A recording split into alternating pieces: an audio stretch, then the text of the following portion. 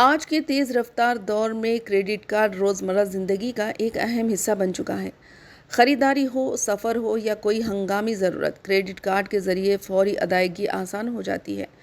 اب خرچ کریں، بعد میں ادا کریں جیسی سہولتیں لوگوں کو مزید متوجہ کرتی ہیں، تاہم یہی سہولتیں بعض اوقات مالی دباؤ کا سبب بھی بن جاتی ہیں، خاص طور پر مہینے کے آخر میں جب بل ادا کرنے کے لیے رقم دستیاب نہ ہو۔ ایسے میں اکثر لوگوں کے ذہن میں یہ سوال آتا ہے، کیا کریڈٹ کارڈ کا بل وقت پر ادا نہ کرنے پر گرفتاری یا جیل ہو سکتی ہے؟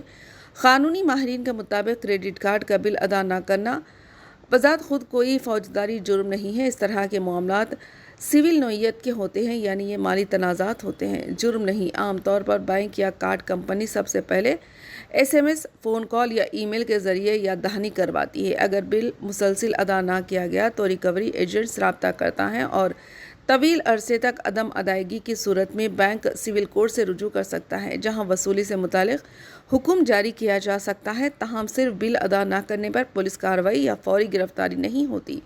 ماہرین کا کہنا ہے کہ اگر کوئی شخص جان بوجھ کر جعلی دستاویزات کے ذریعے کریڈٹ کارڈ حاصل کرے، معلومات چھپائے یا ابتدائی سے ادائیگی کا ارادہ نہ رکھتا ہو تو یہ دھوکہ دہی کے زمرے میں آتا ہے۔ ایسی صورت میں معاملہ فوجداری نوعیت اختیار کر سکتا ہے اور عدالت کی جانب سے سخت کارروائی کی جا سکتی ہے۔ اس لیے صرف تاخیر سے ادائیگی جرم نہیں، لیکن دھوکہ دہی ثابت ہونے پر قانونی نتائج سنگین ہو سکتے ہیں۔ کریڈٹ کارڈ کا بل وقت پر ادا نہ کرنے سے مالی نقصانات بھی ہوتے ہیں۔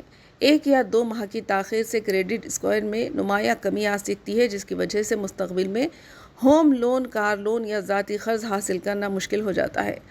واجب ادا رقم پر بھاری سود اور جرمانہ بھی لگنا شروع ہو جاتا ہے، جس سے بقایا رقم تیزی سے بڑھتی ہے۔ بینک کی جانب بار بار رابطے کیے جانے سے ذہنی دباؤ میں بھی اضافہ ہو سکتا ہے۔